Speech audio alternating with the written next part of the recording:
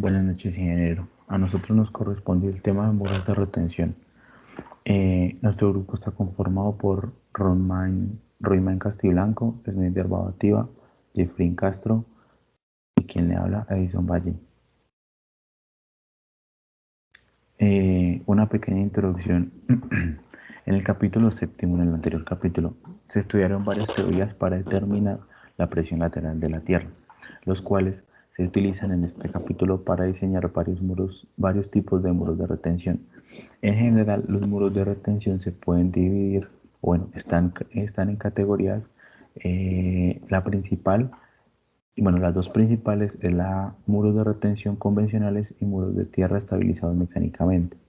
Los muros de retención convencionales se pueden dividir en cuatro tipos. Tipo 1, muros de retención de gravedad.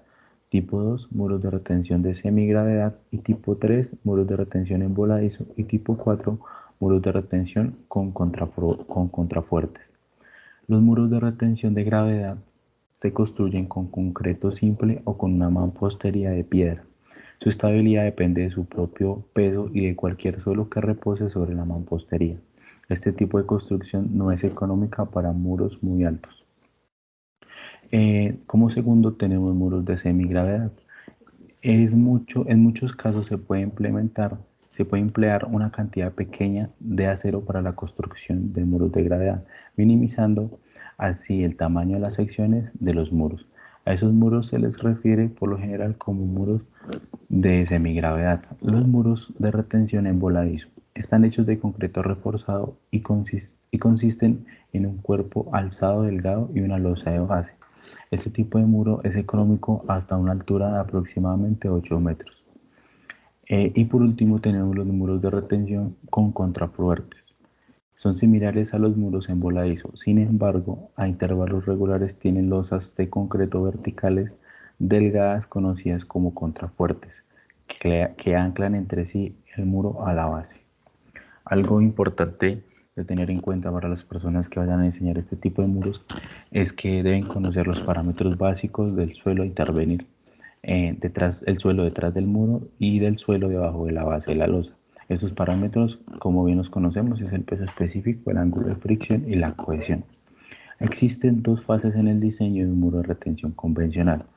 La primera es conociendo la presión lateral de la tierra, la estructura como un todo se revisa por estabilidad. La estructura se examina para ver si existen fallas posibles por volcamiento, deslizamiento y capacidad de carga. Como segundo tenemos cada componente de la estructura se revisa por resistencia y se determina el reforzamiento de acero en cada componente. En este capítulo se presentan los procedimientos para determinar la estabilidad de los muros de retención. Las revisiones de la resistencia se pueden consultar en cualquier libro sobre concreto. A continuación, mi compañero le va a hablar sobre la siguiente diapositiva. Buenas noches, ingeniero. Bueno, estos son algunos de los dimensionamientos mínimos que se deben de tener en cuenta en los muros de retención, tanto en los muros de gravedad como en los muros en voladizo. Bueno, también podemos evidenciar las partes de los muros. Aquí podemos encontrar el cuerpo, la puntera y el talón. Bueno, en algunos casos, esta puntera y este talón tienen las mismas dimensiones.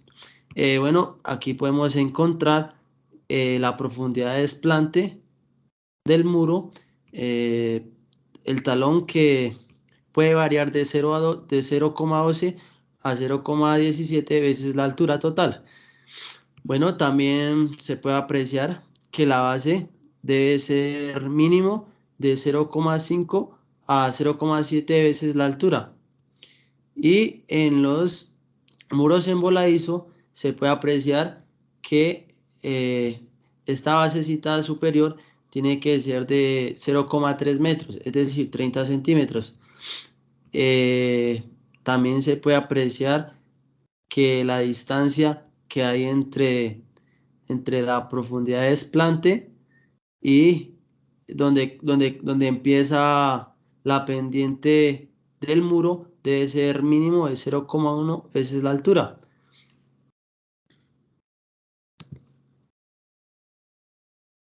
Bueno, compañeros, a continuación les iré a hablar de dos teorías de presión lateral que son utilizadas comúnmente. Tenemos la teoría de presión de tierra de Rankine y la teoría de Colombo que posteriormente les iré a hablar. Bueno, tenemos el esfuerzo activo que se calcula con la siguiente expresión, que es el esfuerzo por la tangente al cuadrado de 45 menos el cociente del ángulo de fricción dividido en 2 menos 2 veces la cohesión por la tangente por 45 menos el cociente del ángulo de fricción sobre 2. También podemos observar diferentes variables como es el coeficiente activo, bueno, por la fórmula de Rankine, que los podemos expresar eh, teniendo en cuenta la siguiente expresión o también se encuentran tabulados en algunas tablas. Eh, bueno, aquí podemos apreciar que esta es la altura total del muro. Se tiene en cuenta la medida que hay, por decirlo así, de la parte inferior a la parte superior. Este n es el ángulo que se forma entre la línea AB, entre esta línea A y B. Y se puede determinar mediante la siguiente expresión. Es 45 más el cociente de el ángulo dividido en 2 menos el cociente del ángulo de fricción sobre 2 menos un medio del arcoseno de seno del ángulo sobre el seno del ángulo de fricción.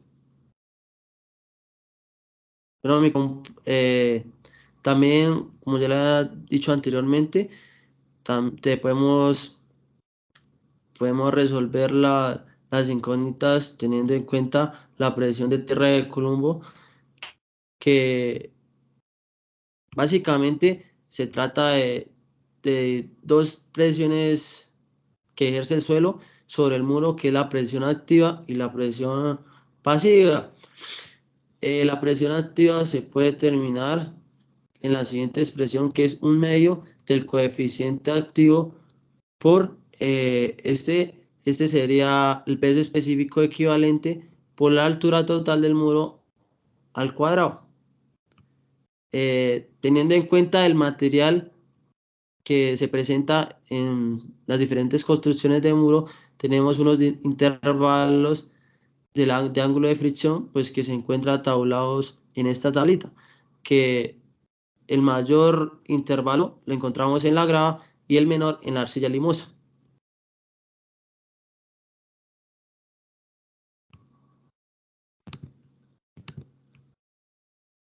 Muy buenas noches, ingeniero. Espero esté muy bien. Bueno,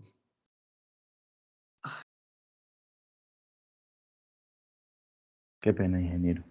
Estabilidad de muros de retención. Un muro de retención puede fallar en cualquiera de las siguientes formas.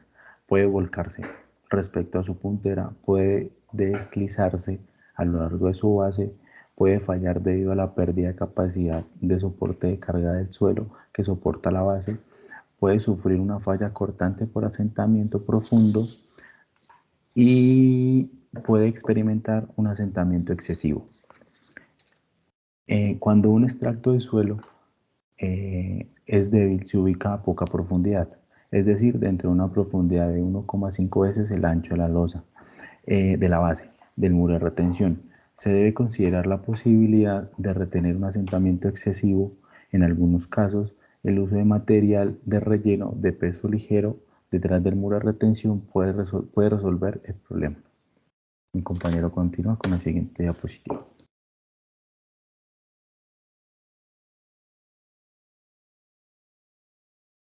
bueno, el tema que yo voy a exponer va a ser la revisión por volcamiento.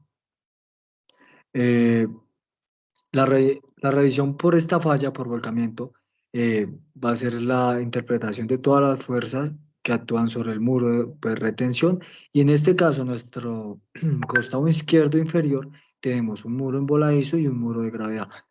Entonces, vamos a ver qué fuerzas actúan con base a la suposición de la base.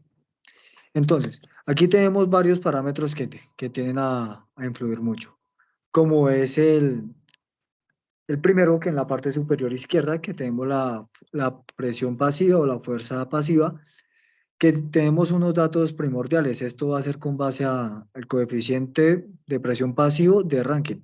Entonces, tenemos Kp, que es la presión que ya dije, pasiva de tierra. Tenemos el peso específico, que va a ser por debajo de la puntera y, de la puntera y el talón, debajo de la losa de concreto.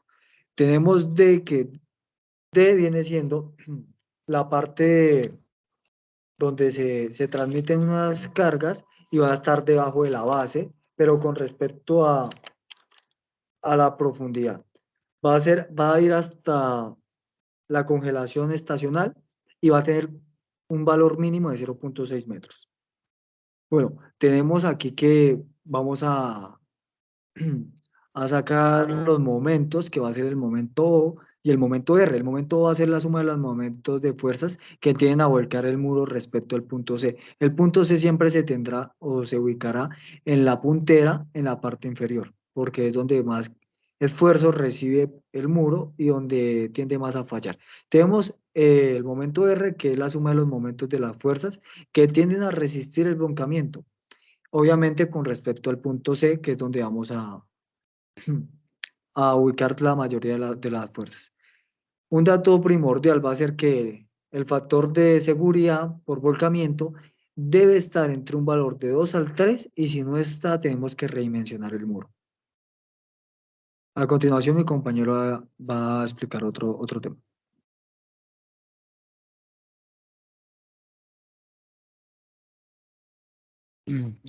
Buenas noches. Em, También tenemos la revisión por deslizamiento a lo largo de la base. Hablamos de este tipo de revisión eh, cuando el muro presenta un desplazamiento lateral y pues aquí hacemos uso de un factor de seguridad, conocido como factor de seguridad de deslizamiento, que viene a ser el cociente entre la sumatoria de las fuerzas horizontales resistentes y la sumatoria de las fuerzas horizontales de empuje. Es decir, las fuerzas horizontales resistentes son aquellas que actúan, podría decirse, a favor del muro, evitando que pues este se salga de su posición inicial. Podría decirse como algún tipo de fricción contra el suelo, mientras que las fuerzas de empuje son aquellas que actúan directamente desde el terreno de relleno y lo que tratan de hacer es de sacar el muro, provocando pues ese movimiento lateral. Aquí también hablamos de una resistencia cortante del suelo y pues la expresamos entre el ángulo alfa por tangente de delta, que en este caso es el ángulo de fricción entre el suelo y la losa de la base, más un factor de C', que es la adhesión entre el suelo y la losa de la base. Eh, entonces, para determinar lo que viene a ser la sumatoria de las fuerzas horizontales resistentes, tenemos la siguiente ecuación, que es la sumatoria total del peso por longitud del muro en toda la sección, por la tangente del ángulo de fricción entre el suelo y la losa de la base, más un coeficiente B, más la fuerza pasiva. Mientras que para hallar la sumatoria de las fuerzas horizontales, tenemos que aquí pues la única fuerza de empuje que encontramos en la gráfica, que vemos en la derecha, es la fuerza activa. Y pues esta viene también multiplicada por el coseno de alfa. En este caso, pues alfa es el ángulo que se forma eh, entre una paralela en la cabeza del muro, es decir, la parte superior, trazando una línea recta paralela, y la inclinación que tiene el terreno, como lo vemos en este caso, viene a ser algo así. Ese ángulo lo denominamos alfa. También tenemos que, pues en el libro nos dan más desglose de variables y tenemos que el ángulo de fricción lo podemos determinar como una constante K sub 1 por el ángulo de fricción propiamente del suelo que se encuentra en la base. Y este factor C' lo podemos determinar como una constante K sub 2 por la cohesión del mismo suelo, el que se encuentra en la base.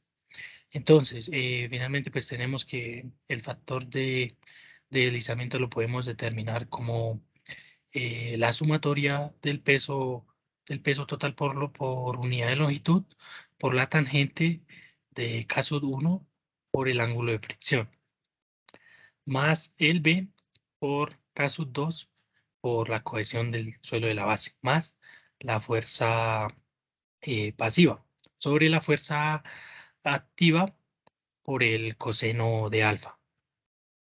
Pásalas.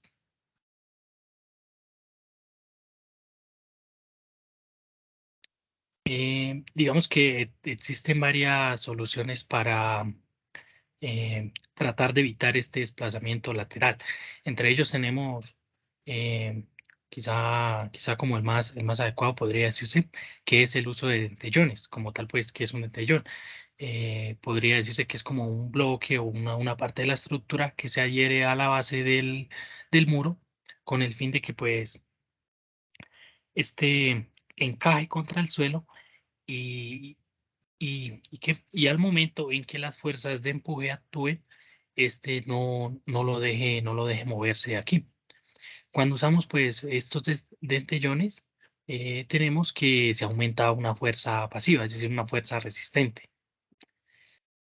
También tenemos que otra solución puede ser el aumento de la losa de la base, es decir, subir un poquito más eh, ese grueso que tiene la losa de la base, pues con el fin de que al momento de que estas fuerzas actúen, el mismo peso del muro podría decir que no permita ese movimiento. La fuerza pasiva, pues la podemos determinar a partir de la ecuación, que es un medio por el peso específico del suelo de la base, por la altura de desplante al cuadrado, por un coeficiente de fuerza pasiva, más 2 veces la cohesión del suelo de la base, por la altura de desplante, por la raíz de coeficiente de fuerza pasiva. Y a su vez lo determinamos a partir de la ecuación tangente al cuadrado de 45 más el ángulo de fricción del suelo de la base dividido en 2. Tenemos otras situaciones, por ejemplo, cuando el muro presenta talón inclinado, como lo vemos en la imagen de la derecha. Aquí y en la imagen de la parte izquierda inferior, vemos que manejamos dos fuerzas activas, porque aquí trabajamos en dos secciones.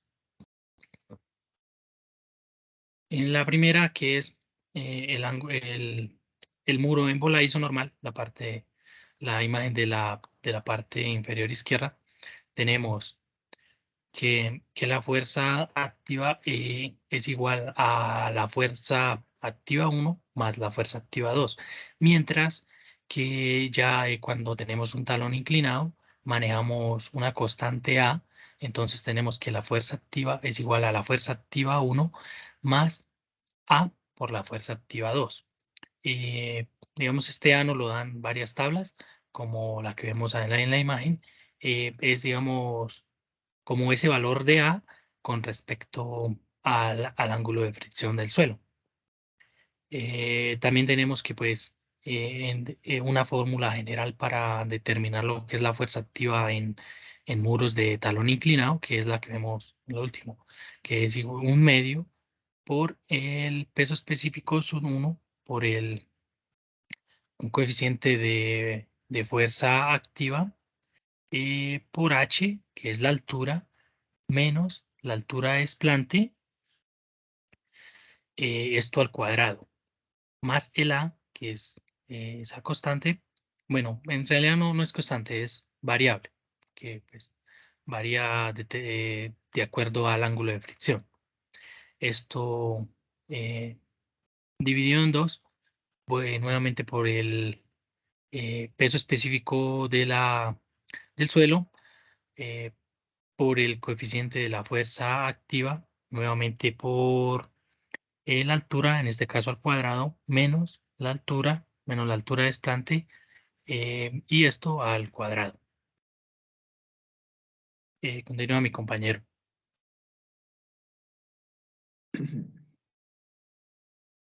Bueno, a continuación yo voy a explicar la revisión por falla de capacidad de carga.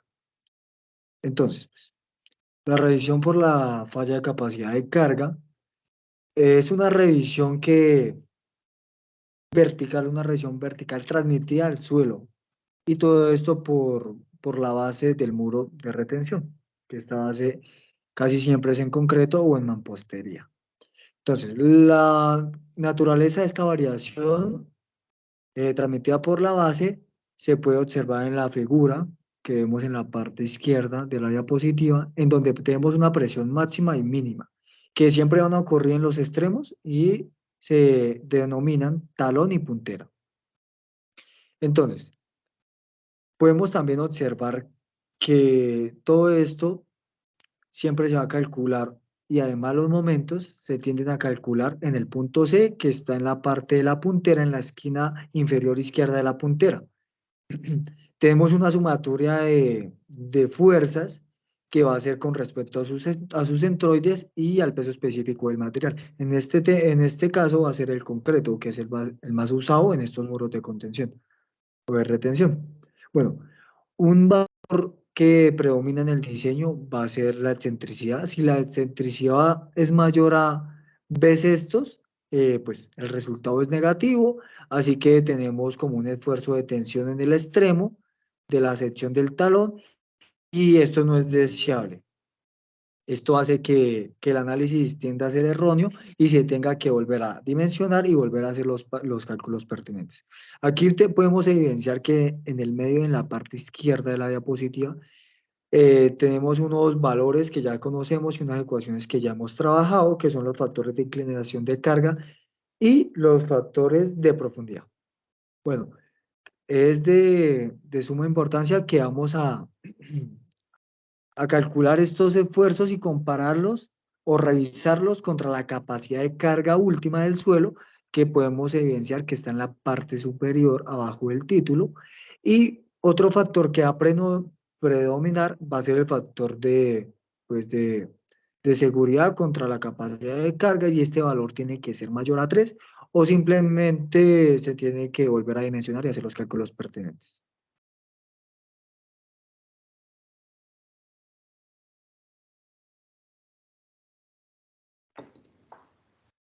Juntas de construcción y drenaje del relleno. Un muro de retención se puede construir con una o más de las siguientes juntas. La primera junta que tenemos de construcción son juntas verticales y horizontales que se colocan entre dos vaciados de concreto sucesivos para aumentar la resistencia cortante en las juntas.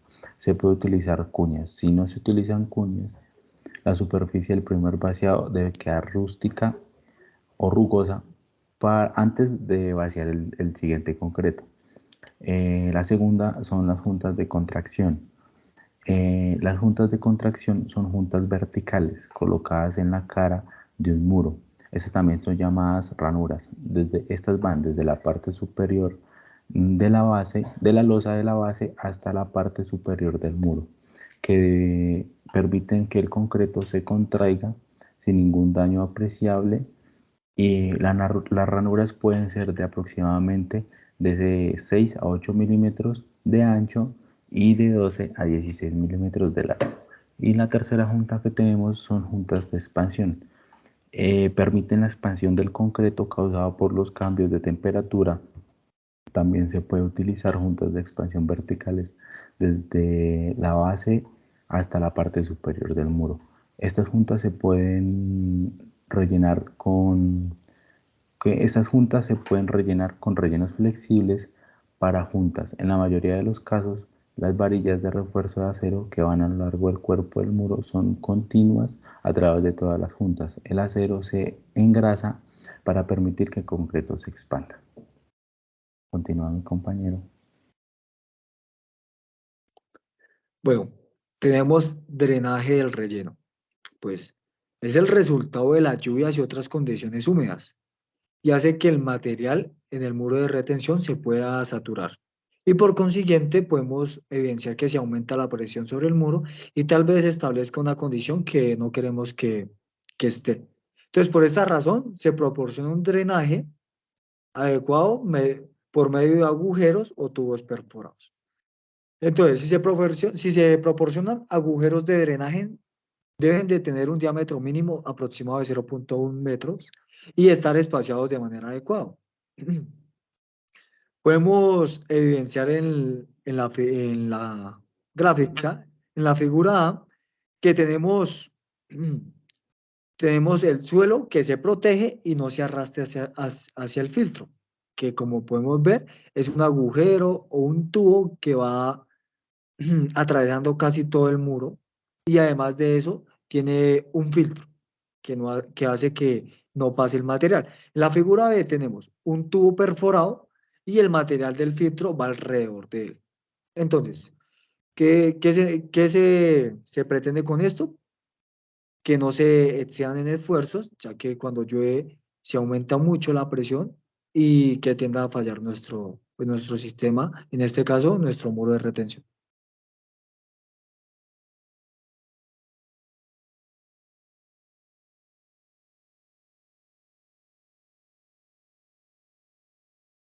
Diseño de muros de gravedad por condición sísmica.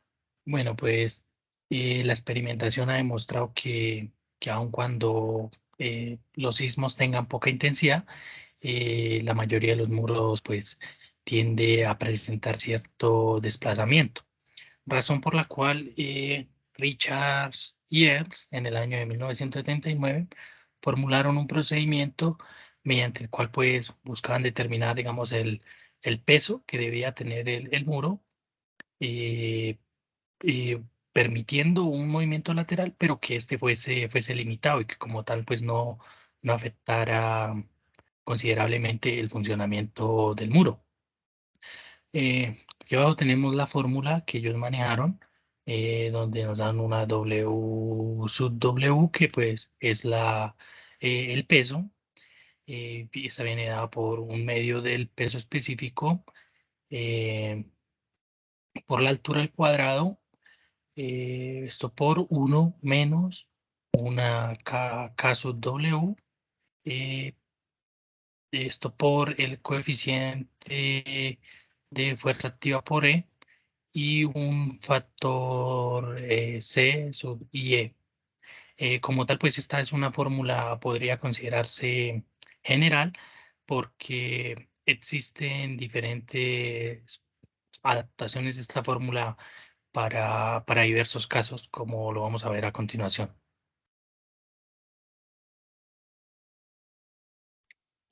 Bueno, en la determinación de variables. Entonces aquí tenemos que este coeficiente C sub IE, pues como nos lo dan, nos dan un C sub beta, que en este caso beta es eh, el ángulo que forma el muro como tal, la altura, o sea, sí, la altura y la base del muro. Es decir, si tenemos un muro, podría ser así recto, ese lo tomamos como 90. Esto menos el ángulo de fricción que hay entre el suelo de la base y la losa de la base del muro, menos el coseno de beta, menos el ángulo de fricción por la tangente del ángulo de fricción del suelo de la base. Esto sobre 1 menos K sub V por la tangente del ángulo de fricción del suelo de la base menos la tangente de Z. Y este Z pues lo determinamos con la siguiente ecuación. Tangente a la menos 1 de una K sub K, que también lo vamos a encontrar como K sub H, sobre 1 menos K sub V. Y este K sub K, o manejémoslo más bien K sub H para entenderlo en la siguiente explicación, viene dado por una A sub A, esto por el cociente entre 0.2 por A sub V al cuadrado sobre A sub A por el desplazamiento lateral que tiene el muro, es decir, desde su posición inicial hasta cuando ya se ha terminado de mover, y esto elevado a 0.25. Estos valores de A sub A y A sub B los podemos encontrar en diferentes libros, y pues hay una organización estadounidense que generalmente es la que da esos valores cuando se requieren para un diseño. Tenemos también el caso AE, que lo utilizamos en la determinación del peso, y pues este es un coeficiente de presión activa de tierra, y lo determinamos con esta ecuación. Finalmente, cuando pues ya hemos realizado todas estas operaciones y tenemos el peso obtenido, aplicamos un factor de seguridad, que este varía entre 1.5, 2. Esto pues con el objetivo de tener, digamos, como una aproximación más acertada de lo que realmente necesita ese muro.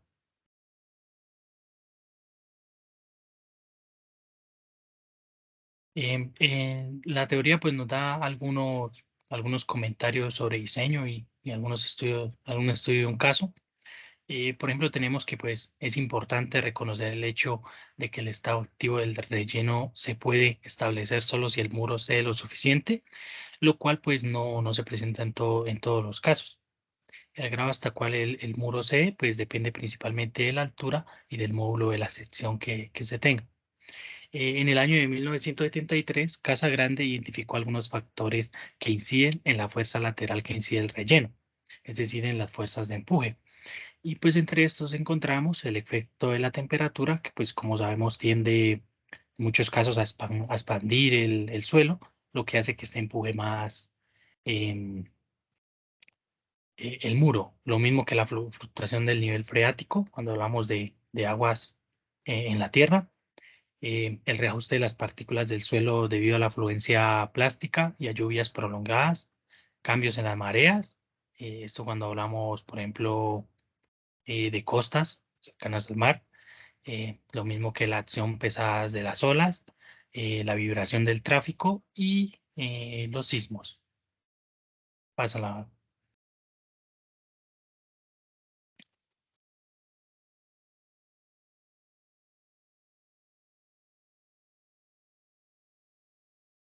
Bueno, pues aquí nos exponen un caso eh, en el cual esta es la realización de un muro y pues como lo presentan en la imagen, ¿cierto?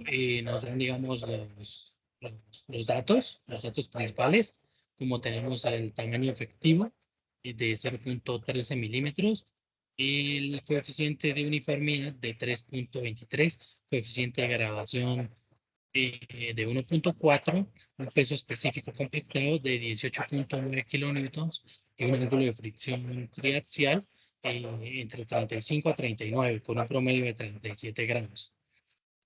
Las gráficas lo que nos demuestran es la presión que se observó entre el terreno y el muro. En la primera vemos cuando llegó a una altura de 6.1 metros. En el caso nos expone que finalmente tuvo el muro una altura de 7.6 metros. Eso fue mientras estaba levantando. Y la siguiente gráfica es la que se presentó al final, ya como en alturas de 7.6 metros, y esta es la presión que ejerció. Es decir, entonces, lo que podemos, digamos, concluir de aquí es que esta presión va disminuyendo conforme le subimos la altura del muro. También pues nos dan una tabla donde nos muestran cómo fue ese aumento entre la altura del relleno, la cantidad de días que pasaron y la traslación horizontal, es decir, el movimiento que presentó el muro, dado en milímetros. Pase. No, pues, les voy a hablar sobre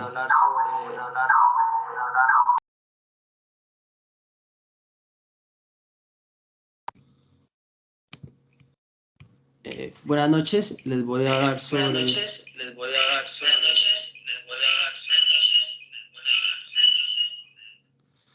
sobre los muros de tierras estabilizados mecánicamente. Bueno, es muy común observar estos tipos de muros de tierras estabilizados en las vías, pues ya que para construir las vías se intervienen numerosas montañas, taludes, que ya sea por el trazado o de pronto por la condición, pues se debe excavar en esta zona. Se tiene en cuenta el ángulo de fricción del material, pues que se va a excavar, y también el peso específico que él tiene para utilizar diferentes métodos que pueden ser de la implementación del material vegetal hasta el uso de geotextiles y geomembranas que se utilizan pues para estabilizar este tipo de talud.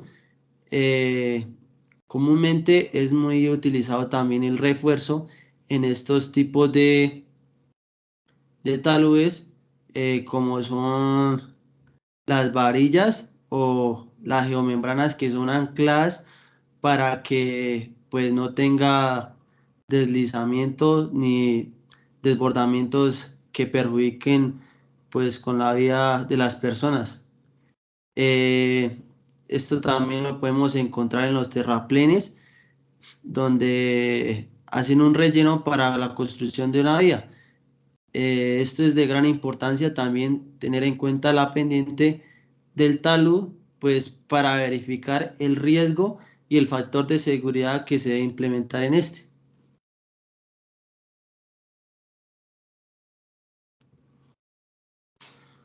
Bueno, a continuación mi compañero pues va a explicar un ejercicio propuesto en el libro para comprender mejor el tema ya explicado. Bueno, a continuación vamos a proceder a resolver el ejercicio 8.1 que nos dicta el libro. Bueno, como datos iniciales tenemos las dimensiones del muro, que tenemos una altura de 8 metros. Como podemos evidenciar, el muro tiene unos subíndices como X1, X2, X3, X4, X5. Tenemos D, que como ya les había dicho, es como la capacidad hasta donde va a ir el muro, la losa del muro. Va a ser la profundidad desde la losa hasta por debajo de la línea de congelamiento estacional. Tenemos el peso específico sub 1, peso específico sub 2, tenemos la cohesión 1, que en este caso es 0, la cohesión 2, que en este caso es 30, que son factores fundamentales para este diseño. Tenemos el ángulo con respecto al muro, que va a ser 32, y con respecto al talón y la puntera, que va a ser de 28. También tenemos el ángulo alfa, que va con respecto al muro y al movimiento de tierras, o al material, que en este caso es 10. Tenemos el peso específico del concreto, y tenemos en este caso que CAP-1 y CAP-2 es igual a 2/3. Entonces, lo que nos requiere o nos pide el ejercicio es calcular el factor de seguridad respecto al volcamiento y el deslizamiento y a la capacidad de carga. Siguiente, por favor. Entonces, empezamos con la solución. Yo puse en la parte derecha de la diapositiva la gráfica con sus respectivas dimensiones para hacer más legible el ejercicio y poder ¿qué? Trabajarlo más sencillamente. Tenemos en la parte de la figura yo puse H con un índice porque va a ser la suma de todas las alturas. En este caso va a ser la sumatoria de X sub 5 que es igual a 0.96, el h principal, que es la altura del muro, que es igual a 8, y en este caso, para saber cuánto mide con respecto a ese ángulo alfa que nos da, pues muy sencillamente tomamos el de la dimensión del talón por la tangente del ángulo, que va a ser 3.5 por tangente de 10, y todo eso lo sumamos y tenemos h subíndice, que va a ser de 9.54, que va a ser la altura total de nuestro diseño. Siguiente.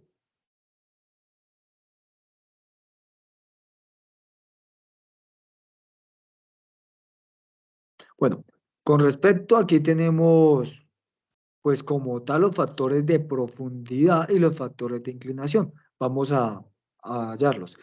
Entonces, vamos a trabajar con una tabla que en el transcurso del semestre fue fundamental para nosotros, como es la factores de capacidad de carga por la teoría de Melleford. Entonces, como nuestro ejercicio, nos vamos a ir con el ángulo sub 2, que es 28, entonces tenemos que NC es 25.80, NK 14.72 y N su peso específico 16.72.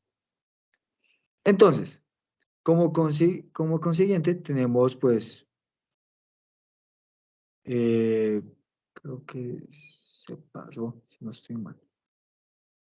Bueno, procedemos a calcular la fuerza activa, la fuerza pasiva y la fuerza horizontal. Como la podemos ver, es muy sencilla, pues tenemos las ecuaciones ahí al lado superior y vamos procediendo, pues reemplazando y resolviendo.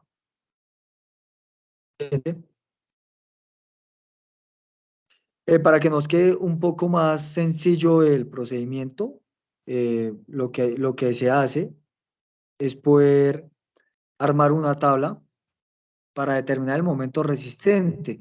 Esto es para hacer que los cálculos sean más sencillos. Entonces, como podemos evidenciar en las anteriores diapositivas, yo subdividí la gráfica en 5, como lo podemos ver en la parte derecha, para que sea un poco más sencillo. Volvemos a la tabla de momentos, por favor. Para ser más sencillos. Entonces, ¿qué empecé a hacer? Sacar nuestras áreas, que es lo más sencillo con respecto a X1, X2, X3, X4 y X5, como lo podemos ver en la tabla de áreas. Ya con respecto a eso, sacamos el peso longitud unitaria, que esto va a ser la carga en sí puntual, porque nos vamos a referir a los centroides de cada figura. En este caso, en la primera, que es un rectángulo, como lo podemos evidenciar. Entonces, siguiente, por favor. ¿Cómo estábamos? En la de momentos, por favor. Bueno, como lo podemos ver, entonces multiplicamos. Empezamos a multiplicar nuestra área por el peso específico del concreto, para ya tener la carga peso longitud unitaria. Teniendo estos valores, procedemos a calcular, como lo vimos en lo anterior, la fuerza pasiva, y todo eso hacemos la sumatoria de fuerzas para tener un total de 1005.33 pues, kilonewton metro. Luego procedemos a calcular el brazo del momento con respecto al punto C, que el punto C está ubicado en la puntera de la parte inferior, como lo podemos ver, para, para poder evidenciar que en ese costado es donde tenemos pues la carga, bueno, el esfuerzo máximo con respecto a la carga. Volvemos a la tabla de momentos. Entonces ahí lo que hacemos fue, como ya subdividimos el enunciado, la gráfica, procedemos a calcular sus respectivos momentos, sumando, obviamente, fijándonos en el punto C y desde ahí sumando, ya sean rectángulos o triángulos, como lo podemos ver que está especificado en la tabla. Y ya por último, pues hacemos la multiplicación del peso longitud unitario con respecto al momento al momento y procedemos a sumar, pues, a sumar ese momento R. Siguiente. Procedemos a calcular el momento de volcamiento, factor de seguridad de volcamiento y el factor de seguridad de deslizamiento, que es lo que nos están preguntando. Como podemos evidenciar, tenemos la fuerza horizontal por H sub índice, que es nuestra altura total, sobre 3, reemplazamos, tenemos un momento de 761.93 kilonewton metro.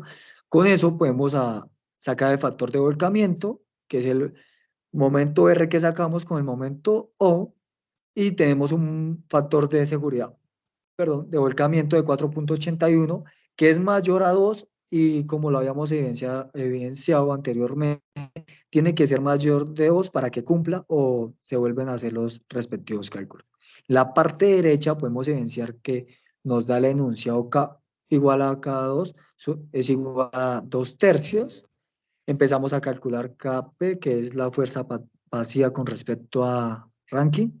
Tenemos una K de 2.77, reemplazamos en la presión pasiva, calculamos nuestra presión pasiva y luego sencillamente pues sacamos el factor de deslizamiento reemplazando en la ecuación que tenemos en la parte inferior y tenemos un factor de deslizamiento de 2.89. La teoría nos dice que tiene que ser mayor de 1.5 para que cumpla y en este caso cumple. Bueno, procedemos a calcular el factor de seguridad por capacidad de carga, que es el último. Primero llamo la excentricidad y los esfuerzos en el pie del talón. Podemos evidenciar que nuestra excentricidad es mayor, es inferior a B sextos, o sea, a 0.93 y cumple, porque si es mayor a B sextos, tenemos una tensión en el muro y no nos sirve, así que tendremos que sobredimensionar o volver a dimensionar nuestro muro. Calculamos nuestro esfuerzo en el pie talón. Tenemos que en el pie es 164.13 kilómetro metro cuadrado y en el talón 194.91 kilómetro metro cuadrado. Como podemos evidenciar, en el talón es más grande, o sea, en la puntera, y es lógico con la teoría. Procedemos.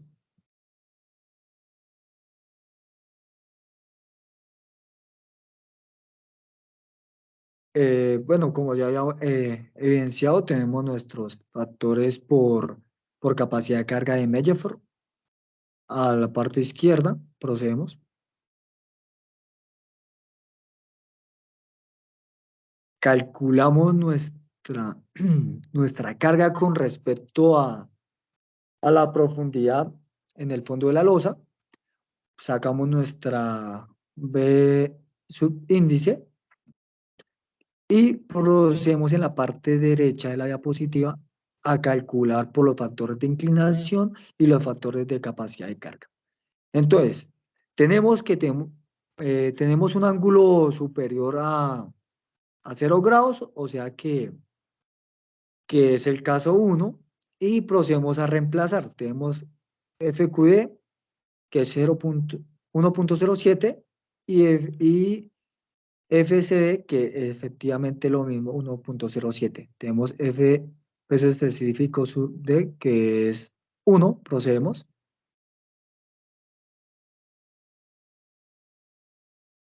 En la parte izquierda de la diapositiva tenemos pues los otros factores, FCI, que es igual a FQI, reemplazando, pero no sin antes sacar el ángulo θ, que es de 13.36, reemplazamos, sacamos F sub CI y FQI es igual a 0.72. Por último, tenemos nuestro factor de seguridad de carga, de capacidad de carga, perdón, que va a ser con respecto a la carga última. Entonces, sacamos nuestra carga última, reemplazando todos los valores anteriormente calculados, y con respecto, pues, al esfuerzo en el talón, porque es el mayor, o en la puntera, sacamos nuestra capacidad de carga, que nos da de 6.02, que es mayor a 3. La teoría nos dice que tiene que ser mayor a 2 o 3. En este caso nos fuimos por el mayor, cumple, es decir, que nuestro muro está bien dimensionado y cumple todas las teorías. A continuación, nuestro compañero explicará otro ejercicio.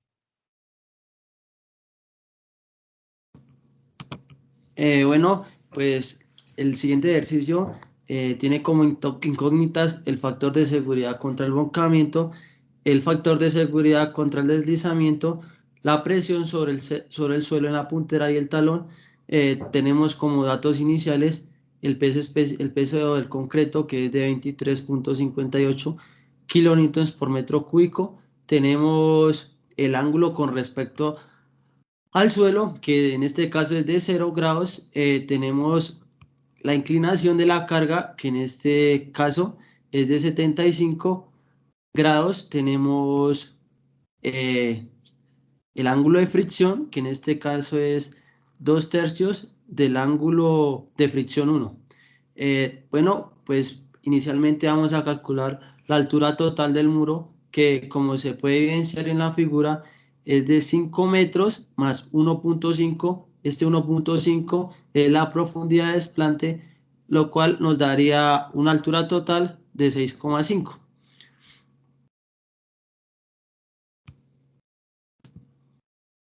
Bueno, teniendo en cuenta los valores, tenemos que calcular el valor de K sub A, que es el coeficiente activo. Como se puede evidenciar, nos dan una condición que el ángulo es igual a 2/3 del ángulo de fricción. Entonces, vamos a comenzar aquí nos dan un ángulo de fricción de 32 con, con una carga, con una inclinación de carga de 75, lo cual nos da un coeficiente activo de 0,4023. Posteriormente calculamos la fuerza activa, que es un medio del peso específico 1 por la altura total al cuadrado por el coeficiente activo, lo cual, reemplazando en la fórmula, nos da una fuerza activa, una presión activa de 157.22 kilonewtons sobre metro.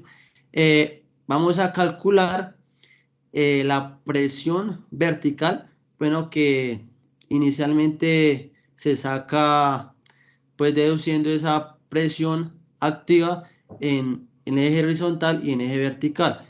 Bueno, se efectúa la operación y nos da una presión activa vertical de 93,14 y una presión horizontal de 122,65.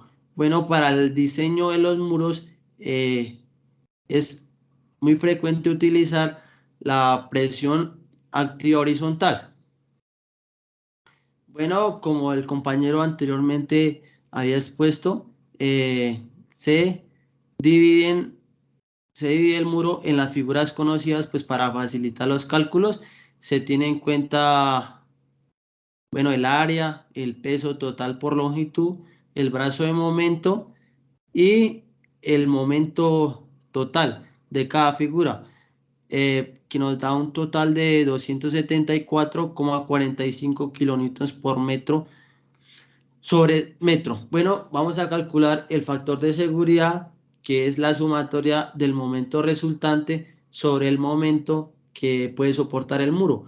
El momento resultante de todas las fuerzas nos da 731,54 y el momento que es capaz de soportar el muro nos da un total de 274. Realizamos el cociente de estos dos momentos y nos da que es igual a 2,67, que es mayor a 2. Entonces cumple con el factor de seguridad por volcamiento. Bueno, vamos a calcular la presión pasiva, que se evidencia en la siguiente expresión, que es un medio del coeficiente pasivo por el peso específico 2, que es el peso que está ubicado por debajo de la base del muro, por la profundidad de desplante al cuadrado más 2 veces la cohesión de este tramo 2 por el coeficiente, por la raíz del coeficiente pasivo por la profundidad de desplante.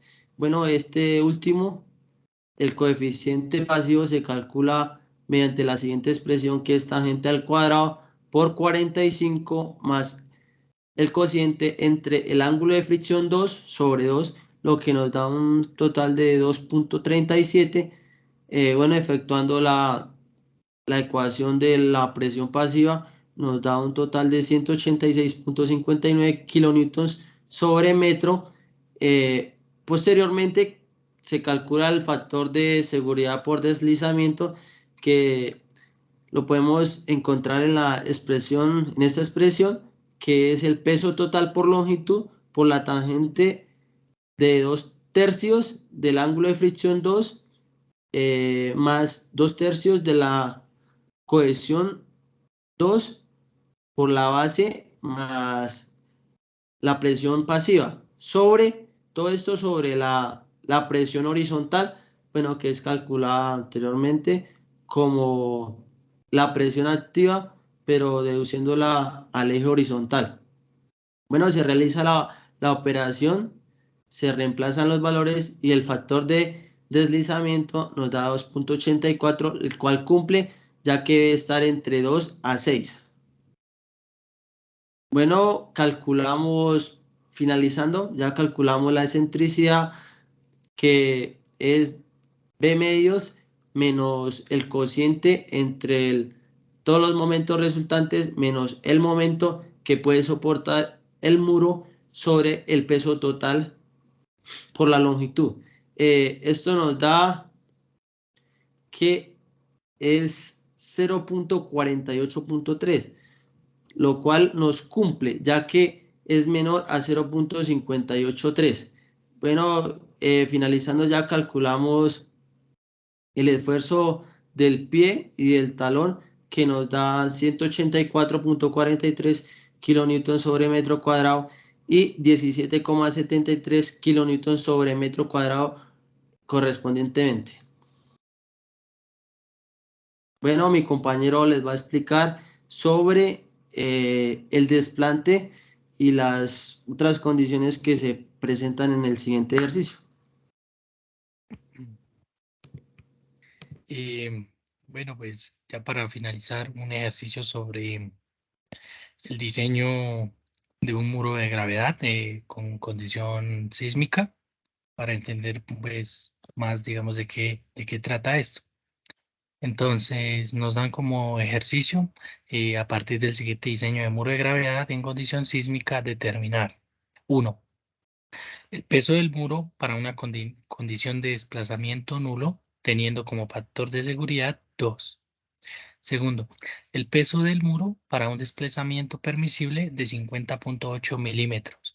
Y nos dan como datos iniciales el caso de V igual a 0 y el caso de H igual a 0.3. También nos dan los valores de A sub V igual a 0.15 y A sub alfa igual a 0.25. Y de igual forma, para los dos análisis utilizamos el factor de seguridad igual a 2. Entonces, como tal, tenemos aquí 6 ecuaciones. En la parte izquierda, las que vamos a utilizar para cuando nos dan un desplazamiento nulo, y en la parte derecha para cuando tenemos un desplazamiento permisible determinado. Pásala, Jeffrey. Bueno, entonces aquí tenemos esta tabla. Esta tabla nos va a permitir determinar una variable que vamos a necesitar para el cálculo como tal de lo que es el peso del muro. Pásela, Jeffrey. Más adelante la vamos a utilizar. Bueno, entonces tenemos la solución 1 o solución A. Lo primero que hacemos es calcular la tangente de Z. En este caso tenemos que es K sub H sobre 1 menos K sub V. Entonces tenemos que K sub H es 0.3 sobre 1 menos K sub V, que es 0. Eso nos da un 0.3.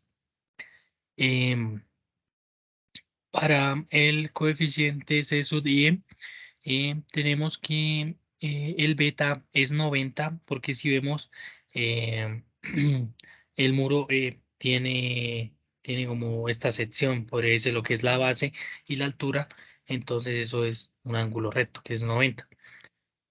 Menos 15, que es el ángulo de fricción entre el suelo de la base y la losa de la base. Ese ya nos lo dan. Igualmente menos el coseno de esos mismos valores. Y por la tangente de 36, que es en este caso es el ángulo de fricción del suelo que se encuentra en la base. Sobre la tangente de 36, otra vez está, menos la tangente de z que calculamos previamente. Y esto nos da un coeficiente de C sub I de 1.82. Estos son datos adimensionales. Ahora sí puedo, con estos datos, no, devuélvala, por favor. Con estos datos ya podemos determinar el peso del muro, que pues viene por la, ecuación de 1/2 por el peso específico por la altura al cuadrado por 1 menos K sub V por K sub AE por CIE. Este coeficiente de la fuerza activa por E por E es el que vamos a determinar a partir de la tabla. ¿Puede devolverla un momento? A la tabla, por favor. Listo. Entonces, para el primero tenemos que como tal tenemos un ángulo de fricción de 30. Entonces no vamos a necesitar interpolar porque aquí directamente no lo dan. Tenemos un K sub H de 0.3. Tenemos que el ángulo de fricción que hay entre el suelo de la base y la placa, digo, la losa base del muro es 15. Y nuestro ángulo de fricción es 30. Devuélvala. Es 30. Entonces observamos y nos paramos en la última filita, ¿sí? Que nos da que el ángulo de fricción es el ángulo de fricción entre el suelo y la losa es igual al ángulo de fricción del suelo sobre 2, que esto sería 15. Entonces ya lo tenemos. Ahora, ¿por qué tomamos alfa como 0? Porque podría volverla un momento a la imagen ahí. Entonces, si vemos ¿qué? Si vemos el terreno, es totalmente recto, o sea, no tiene ninguna inclinación. Entonces, por eso tomamos como tal alfa 0, porque como ya se ha mencionado, pues es ese ángulo que se forma entre el muro y el terreno. Ya puede pasarla.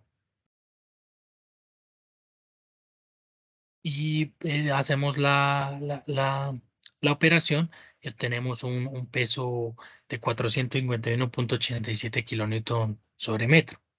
Ahora aplicamos como tal lo que es el factor de seguridad que nos da que es 2 y tenemos que para que cumpla, digamos, las condiciones por las que se realizó este análisis, debe tener un peso de 903.75 aproximadamente kilonewton sobre metro. Pase a la siguiente. En la solución del B, aquí pues no nos dan el caso de H. Aquí lo que tenemos que hacer es la operación. Lo mismo en el ejercicio pues nos dan los valores de A sub alfa y A sub B. Ahora entonces, ¿cómo determinamos el desplazamiento lateral? Aquí nos dan que un desplazamiento lateral permitido es 50.8, pero este valor tenemos que ponerlo en pulgadas. Entonces lo que hacemos es que una pulgada tiene 25.4 milímetros, lo que hacemos es dividir ese 50.8 en eso, que nos da aproximadamente 2 pulgadas. Realizamos la operación y obtenemos un K sub H de 0.077. Realizamos la operación con la tangente de Z y obtenemos el mismo valor. Lo mismo, pues realizamos la operación del coeficiente Z sub I y obtenemos un valor de 1.073. Como vemos, pues en este caso ya la fórmula del peso cambia un poquito, se contrae un poquito. Entonces, aquí de igual forma nos solicitan un coeficiente de fuerza activa por E. Volvemos a la tabla. En este caso, aquí tenemos entonces que el caso de H es de 0.077. Como vemos, no está en la tabla. En ese caso tomamos el 0.1. Nos movemos hacia los grados del ángulo de fricción del suelo y es 0.368, aproximadamente 0.37. Ya puede pasarla. Ya, aquí ya pues realizamos la respectiva operación, también con el factor de seguridad, y pues nos damos cuenta que cuando el suelo no se mueve, em, tenemos un peso mucho mayor que cuando este presenta movimientos. Muchísimas gracias.